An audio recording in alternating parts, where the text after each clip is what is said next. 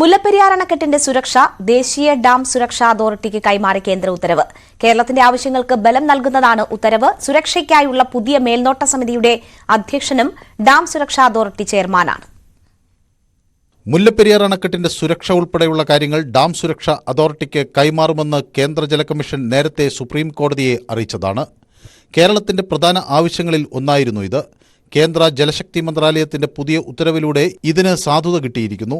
Dam സുരക്ഷാ നിയമത്തിന്റെ പരിധിയിൽ വരുന്ന ഡാം സുരക്ഷാ അതോറിറ്റിയായിരിക്കും മുല്ലപ്പെരിയാർ അണക്കെട്ടുമായി ബന്ധപ്പെട്ട എല്ലാ കാര്യങ്ങളും നോക്കുന്നത്. അതുമാത്രമല്ല, പൊതുപ്രവർത്തകനായ ജോ ജോസഫിന് സുപ്രീം കോടതിയിൽ നിന്ന് കിട്ടിയ ഉത്തരവ് പ്രകാരം മുല്ലപ്പെരിയാർ മേൽനോട്ട സമിതി പിരിച്ചുവിട്ട് പുതിയ സമിതി രൂപീകരിച്ചു. പുതിയ സമിതിയിൽ ദേശീയ ഡാം സുരക്ഷാ അതോറിറ്റി ചെയർമാനെ അധ്യക്ഷനാക്കി.